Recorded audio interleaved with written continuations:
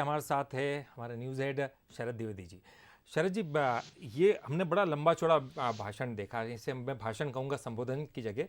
लेकिन फिलहाल अगर देखें तो ये नरेंद्र मोदी सरकार का 9 साल के इतिहास में ये दूसरी बार अविश्वास प्रस्ताव आया है। 2 दिन तक चला, अमित शाह जी ने अभी इसमें कहा, राहुल गांधी से शुरुआत हुई। आप जी इस पूरे भाषण को कैसे देखते हैं? देखिए, सबसे महत्वपूर्ण बात यह होती है कि अविश्वास प्रस्ताव की जो उसका अंतिम नतीजा था वो सबको मालूम था। बहुमत की सरकार जहाँ भी होती है वहाँ अविश्वास प्रस्ताव का नतीजा है कि वो सफल नहीं होता, वो गिर जाता है।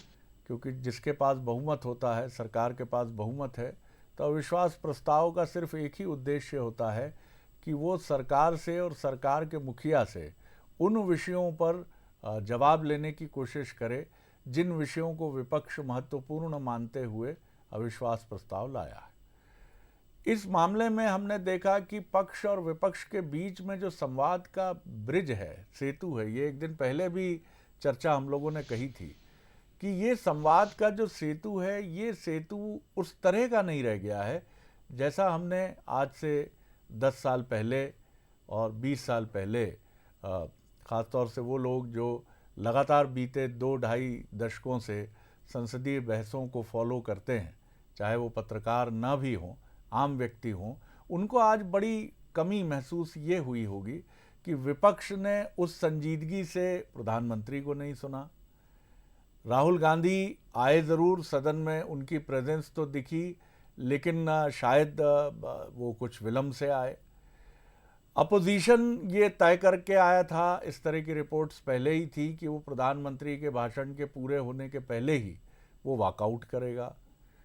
और एक धारदार और जिस तरह की एक संवाद की अपेक्षा हम कर रहे थे, प्रधानमंत्री ये सोच कर आए थे कि विपक्ष और विपक्ष के वो महत्वपूर्ण नेतागण जिन्होंने सरकार को कटघरे में खड़ा करने की कोशिश की है, ख़ासतौर से मणिपुर के मसले को लेकर, वो उन्हें भी गंभीरता से सुनेंगे। लेकिन वो बात नज़र नहीं आई और इसका प्रभाव हमने देखा कि सत्ताधारी दल पर भी नज़र आया। उन्हें भी पता था कि ये वॉकआउट करने की तैयारी कर रहे हैं और महत्वपूर्ण नेता जो हैं, जिस तरह की एक टोका टाकी हम देखते हैं, जो मर्यादित टोका टाकी होती है, जिसमें आनंद होता है, जिसमें एक दूसरे पर कटाक्ष ज़रूर कसे जाते हैं, कटाक्ष किए जाते हैं, लेकिन उसके बाद भी वो बहस जो है वो बड़ी रोचक और बहुत ही रवानी वाली होती है। लेकिन इस पूरे अविश्वास प्रस्ताव के 3 दिनों के दौरान हमने सदन में उस फ्लो को नदारद महसूस किया। बातें कही जा रही थी तो थोड़ी सी जिस तरह से कही जा रही थी उसमें एक दूसरे को लेकर बड़ी गहरी नाराज़गी थी, बड़ा गहरा अविश्वास था। ऐसा नहीं होता था। सदन में ठहाके लगते थे, एक दूसरे को लेकर बातें की जाती थी, कहा जाता था आप कैसे हैं, ठीक हैं, अब नाराज़गी आपकी कुछ कम हुई, अरे अब तो मुस्कुराइए, जवाब दे रहे हैं भाई हम, प्रधानमंत्री ने आपकी सारी बातों का तो जवाब दिया।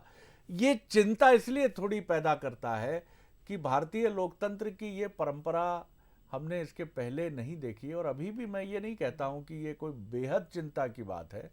मुझे लगता है कि विपक्ष भी अपनी भूमिका को देखेगा इस अविश्वास प्रस्ताव के बाद, और सत्ताधारी दल भी ज़रूर देखेगा कि किस तरह से विपक्ष का रवैया रहा है और उसने किस तरह की भूमिका अख्तियार की है।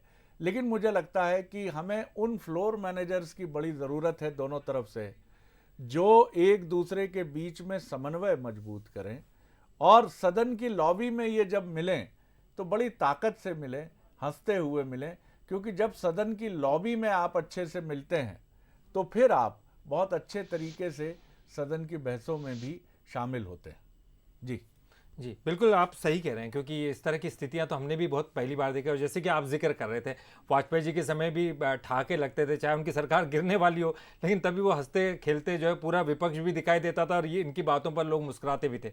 लेकिन एक एक छोटी सी बात है, बहुत कम समय नहीं है हमारे पास, लेकिन फिर भी एक बड़ी बात है कि इनको पता था कि किसी भी तरह से ये प्रस्ताव गिरने वाला है। जो संख्या है, संख्या बल को देखते हुए कहीं भी ये टिकने वाला नहीं है। इसके बावजूद ये लाया गया। क्या पहले से सब कुछ तय था? ऐसा दिखाई दे रहा है कि विपक्ष भी यहाँ से वॉकआउट कर जाएगा और किसी तरह की वोटिंग होने वाली नहीं है। देखिए, विपक्ष वोटिंग में बहुत अभिरुचि के साथ क्यों शामिल होगा, जब उसे मालूम है कि तमाम चीज़ें हैं।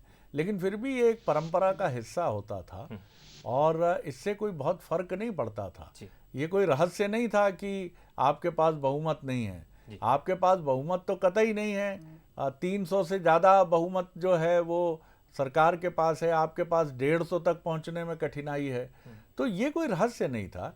ये अविश्वास प्रस्ताव दरअसल एक रोचक बहस का नाम होता है। जब सत्ताधारी दल के पास बहुत अच्छा बहुमत होता है तो इसका एक ही मंच होता है कि देश की जनता के सामने उन महत्वपूर्ण मुद्दों पर विपक्ष सरकार को कटघरे में खड़ा करे और सरकार उसका जवाब दे। यही हमारे लोकतंत्र की सबसे बड़ी खूबसूरती है। चलिए, बहुत बहुत शुक्रिया करेंगे आपका शरद जी। चूँकि ये आज पूरा दिन पूरा फोकस जो है नरेंद्र मोदी के संबोधन पर था, पूरा देश देख रहा था, हम ही क्या। लेकिन आज जो कुछ कह के गए, विपक्ष ने ध्यानपूर्वक सुना कि नहीं सुना, था विपक्ष के ऊपर कितना प्रभाव इसका पड़ा, आने वाला वक्त बताएगा। और सरकार का जो अपना पक्ष है वो कितना क्लियर हो पाया है आम जनता तक, ये भी हमें देखने वाली बात होगी। फिलहाल इस बुलेटिन में इतना ही। बंसल न्यूज़ पर खबरों का सिलसिला लगातार जारी है।